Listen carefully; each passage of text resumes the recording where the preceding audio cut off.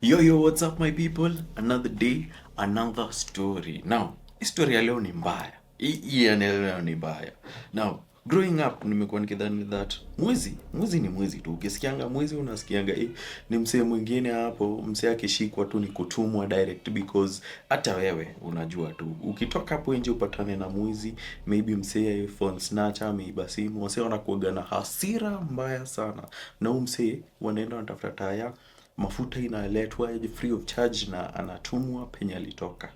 Now, growing up, realizing that there are levels to this stuff because tell me why msee mwenye amesina simu atachomwa because watu wamekasirika, but there is this other guy mwenye amepanga heist, ameenda, let's give an example, KCB Bank, ameenda akatoa ma millions hapo.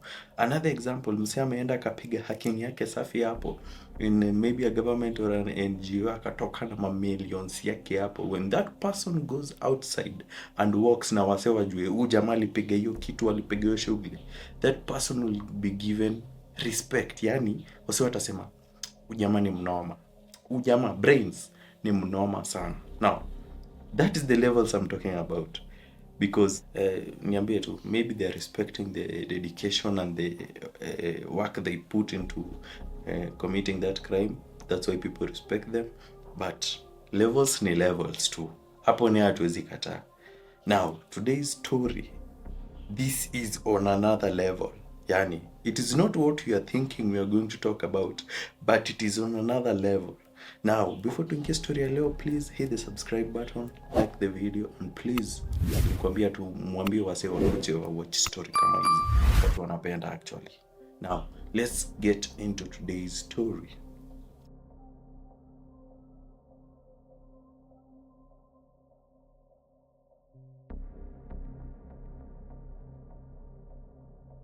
Now, leo tunaingia 2003 in China, a county called Nambu County. Now, Nambu County, there is a boy ako in hostels. Ujama anaitwa Young Bo. Now, Young Bo ni student, actually a high school student. Na in the next few months, anakaribia kuingia university.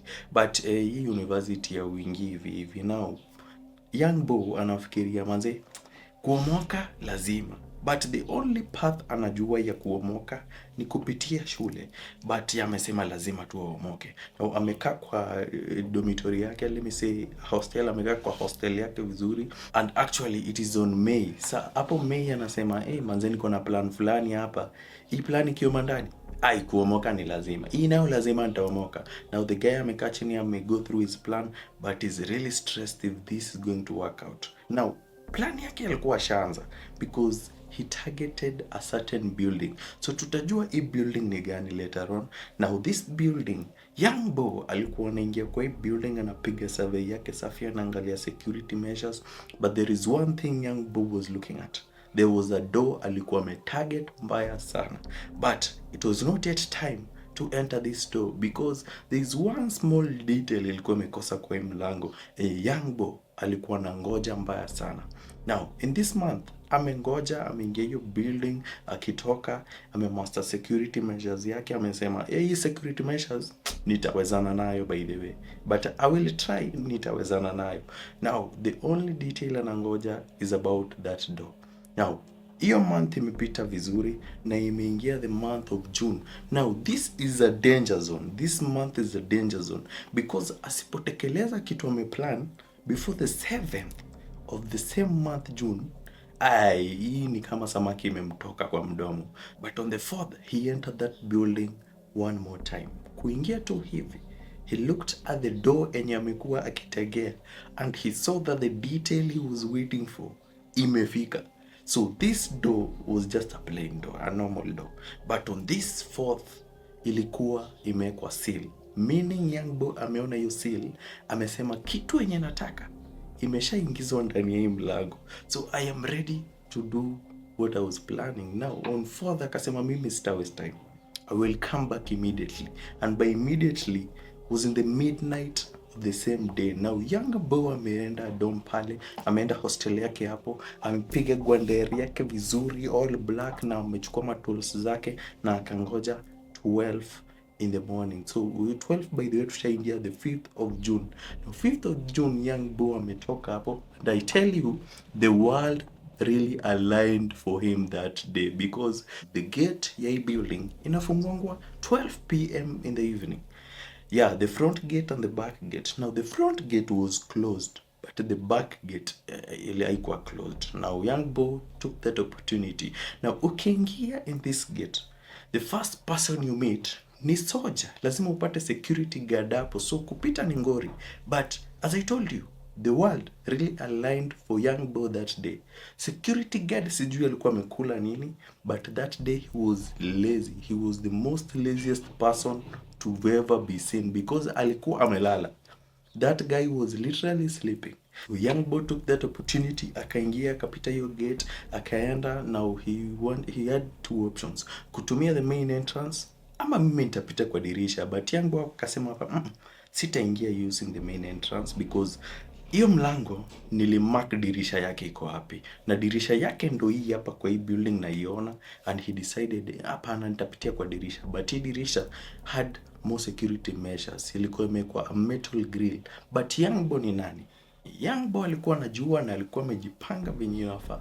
He had tools on him. Now akaenda akapanda hiyo dirisha, akakata kila kitu, akaangusha that metal grill na akaingia hapo ndani, and that boy was smiling because aliingia tu hivi akaona something metallic is very well protected and very well sealed. Akajua very nice, hii kitu iko hapa ndani, and by the looks of it hii inaweza itoa hapa rahisi because I got the tools manze. Now young boy alichukua tools zake akakata hizo ma metal protection hapo na kufungua. He saw what he really came for, treasure. This was treasure to his eyes because akaona hapo ziko sealed vizuri, ziko sita vizuri, ziko sita 1 2 3 4 5 6. Akaenda aka unseal vizuri, akatoa one by one, akiingiza kwa bag yake, one by one akiingiza kwa bag yake, ikajaa sita. Went out the window kwa gate siu na kutoka. Now the world really aligned for him that day because hata ndani ya building there were two other people wenye walipewa the mandate to protect this door. Hakuna mtu anaingia na hakuna mtu anatoka. But this day I say hawakuwa area, they were in the building but not within the range to listen or hear what was happening behind that door. Now young boy alitoka kwa hiyo gate siu na kurudi kwa dom yake, akakaa chini vizuri na kuangalia treasures alikuwa amechukua. Na young boy in his mind akasema, mtu wangu, kuomoka tunaomoka because hii njia yenye naenda, it's like I'm going to be a very big person in future. Now young boy ameshamaliza kazi yake, the people on the other side hawajui kitu imefanyika. Now the soldier amemaliza usingizi, it is 1 in the morning. Soldier amemaliza usingizi, ameamua let me try and piga patrol kwa area ya hii building. Now the soldier ametoka na kutembea hivi kidogo, anapatana na metal grill chini na anashangaa hii kitu imetoka wapi, and he looks up and sees hii grill imetoka kwa window, na hii dirisha yenye imetoka hapo is where the important details are. Security guard ana panic, anaingia kwa building, alert the people who are supposed to secure that door. Ama jamaa anajaribu kuingia kwa hiyo mlango, and they find that the things they were given the mandate or the authority to protect zimeenda. Now they involve the authorities, the real authorities, wanakuja na wanapata these important things have really gone. Now hizi vitu mnashangaa nini, and we will know what these things are. Now investigators wanakuja wanapiga investigation ya wanakuja wanagather profile because kuna marks hapo za msee amekuja aka destroy things. Now the tools young boy used, wanajaribu kugather fingerprints, wakapatana na footprints penye alitokea. Now they were trying to put a profile together of who this criminal is. Si tunajua criminal ni nani, young boy hawajui, and they wanted to look for this person. Now information spread that hii kitu imefanyika, and the information spread to a point ikafikia young boy, and young boy knew ase wanajua, and they will close in na watanipata. Now young boy took the evidence, akachukua lighter yake, akachukua mafuta taa, went and destroyed the evidence. Now by this time tunajua ushapata clue ama you have a rough idea of what young boy did, because he was waiting for the biggest day of his life, which is on 7th June 2003. Now tunataka tujue backstory kidogo tu of what he did and why he did what he did. Now into 2003, mwaka ikianza, young boy alikuwa shule, yeye anasoma vizuri, but akipiga mock exam hivi anauma nje. Now he was preparing for the one and only Gaokao college examinations. Watu wanajua Gaokao college examination ni nini, wanajua. But let me explain something to you. In China, that is the most important exam of your life. The Gaokao college examination. Hii sasa ndo ina determine your pathway to success. So usipopita hii exam, ni kama mtu wangu utaomoka. Hii China si yako. Toka tu China, wewe achana na masomo, uende ukue hustler. Because usipopita hii exam, hata watu watakuona venye wanajisikia. So students usually prepare for this exam with their life. Women wenye wanafanya hii exam, the ladies who are going to do this exam, they always take contraceptives, or they delay their period so that they can study for this exam. Ikikaribia the season of this exam, wasi wanakuanga serious, people wanajinyima chakula, others become sick, others are anxious. Yani this is the most important exam, and let me tell you how they take it seriously. During the exam day, roads zinafungwa, yani roads zote zinafungwa, na kama kuna any student is stuck in traffic, anaweza escortiwa with the authorities and afanye exam, because they really take this exam seriously. And because they take this exam seriously, they take security measures ndo hii exam isiwahi leak. Now young boy alikuwa na umainje mwaka, kajua hii exam anaenda kuuma nje na hajasomea. Now the only solution he had ni kutafuta njia venye ata get access to these examinations from the Educational Bureau Office. And this is the building enye young boy alikuwa target for all this while. Na the seal he was waiting for is the seal enye inakongo kwa mlango notifying people that exam iko hapo ndani and nobody should enter that room. Now this day, the 5th, alienda akaiba hiyo exam, akakuja akaenda nayo to the place penye anakaanga, and he didn't get enough time kuisomea vizuri, but alikapitia because he didn't want the authorities or the people to find him with the paper, because alikuwa nashuku they will narrow it down to me. But before wa narrow down to me, ama tuseme ni kuwe lucky wasinishike, nitakuwa nimeshafanya hiyo exam mtu wangu. Now the 5th ikapita, the 6th ikapita, the 7th ikapita. Wajanitambua mtu wangu. So he entered and did this exam very confidently. Though alikuwa nervous, hajakapitia vizuri, but akaingia akapiga hiyo exam yake vizuri na akatoka akaenda kungoja results. I told you that the Gaokao college examinations is tough. And this is how it is tough. Now, hapa lazima ufikishe a certain pass mark. There are levels to it. There are 3 levels actually. So kuna pass mark ya kwanza, 522 points. Hapa ukipata 522 and above, unaingia the most prestigious universities. Hapa nayo kuanguka ni noma. Hapa nayo kuomoka yani ni sure. Yani you have a 98 to 99, tuseme tu lazima hapo huwezi toka bure. Now there is this second pass mark, 463. Yani ukifikisha hadi hapo 463 kwenda chini kidogo, hapo kuna this middle tier yani universities. Hapo lazima uende ungangane kidogo. Now the third pass mark sasa ni 433. Yani ukipata less than 433, hapo na university ya uoni. But ukipata 433 to 463 hapo sasa ni the lower tier university. And only 29% of the people doing the exams ndo wanaingia university. And nikikwambia watu wameregister hapo hadi wewe utastuka. Now the people who had registered in 2003 were 6.2 million. 6.2 million. See the competition.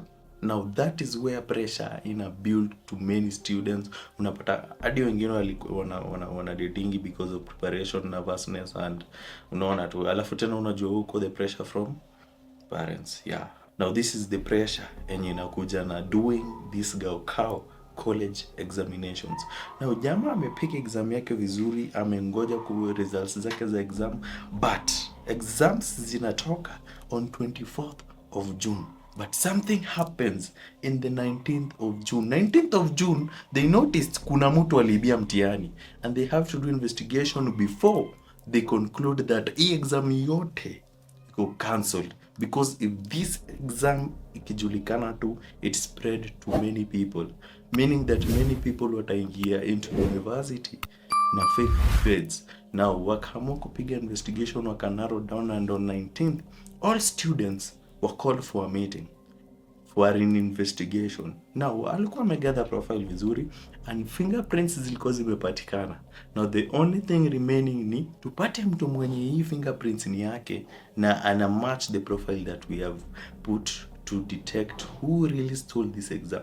Now meeting imekuja, nani Young Bo pia yeye ameingia meeting, but yeye yako na trick up his sleeve because anajua they are checking for fingerprints. Now yeye kitu anafanya, anaenda na ananunua super glue vizuri, anaenda anapaka kwa mikono kwa fingerprints vizuri, in case they take his fingerprints wasipate fingerprints ni zake.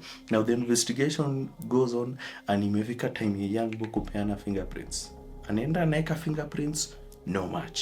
Anaenda anaweka fingerprints, zote wamejaribu all angles, no match. But the person in charge of doing that ana notice, kijana amefanyia kitu mkono yake. So we Young Bo, fanya hivi and go and clean those hands, na urudi hapa uweke hiyo kitu. Actually, you know what? Hapa tutakuja tuzisafishe si wenyewe.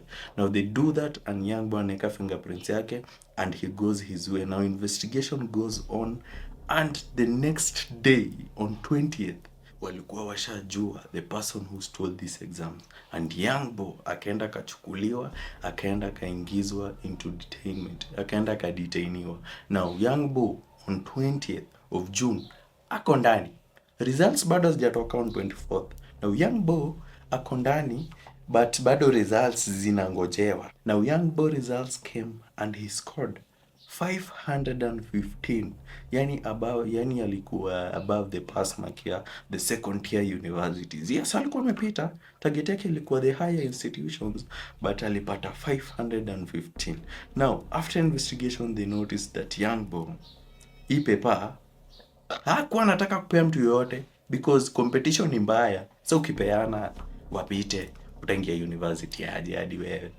Now the only intel they had ni maybe alikuwa anapanga kupea his closest friend the examination paper, but compare, he had a very little time before, alikuwa anataka to destroy the evidence before he did the exam. Now Young Bo was detained na he was charged kwa breaching securities of the government. Hii exam ni kama tu government secrets. Now he was charged, and unadhani ataenda apewe months nini ama exam ikansoliwe ama apige retake? No. Just for you to know the importance of this exam to this country, Young Bo, first of all, exam was cancelled, and Young Bo was sentenced to 7 years in a community service in a prison, yani a full on sentence. He was sentenced to 7 years. Na Young Bo akasema unajiuliza kama hizo marks zitakuwa legible akitoka. No, ilikuwa cancel, and Young Bo said hatafanya hiyo exam tena, acha aende apige asoli yake akitoka. But he was sentenced to 7 years in prison because alienda kuibia mtihani, because he was not well prepared. But I understand the pressure he had. Now Young Bo kidogo angepenya tu hivi, angeingia the middle tier university, of which he didn't want that, wanted the top tier university. But Young Bo alienda kuiba mtihani like a full on robbery. Ase wanachunganga mtihani, but after that security measures ilikuwa doubled, or they increased the security measures. The exam cannot be accessed by anyone. The only people who access them ni wenye wanafikisha wakirudisha, hata wajua wanafikisha nini, wenye wameset peke yake, hata sijui kama ni wa hiyo country ama wanakuanga hiyo country. But those exams, they're the most important exams in China. If you want to know the real deal, if you want to know about the Gaokao exams well, enda angalia documentary and how students suffer, how much students sacrifice, how many wameshikwa na depression, wengine wamededi because of these exams. Go and check the documentary about the Gaokao exams. Now, young boy, he was only 18, alikuwa anaenda kuingia 19, but he tried kwa mwaka na ma exam papers hapo, ni kama kusoma vizuri because he scored 515. He had limited time with these papers. Now alikuwa na chance ya kuziuza, but he really wanted to enter university. Alikuwa anataka tu nini 2 years slot because angepeana watu wengi pia wangepita na unajipata huko chini. So young boy in 2003 was arrested because ya kuibia mtihani. Na mtihani huku mnapatanga tu mtihani, mnaambiwa amka 6, mtihani umetokea, mnapewa like 2 hours ya kusomea paper yenye imeibiwa, mnaenda mfanye exam, but you don't have any consequences like in China. But that is the, tutaita heist ama robbery? Hapana, that is the thievery that happened in 2003 in China, whereby 7 years ni mingi bana. So that is the story, and let's meet on the next story. Tukutane.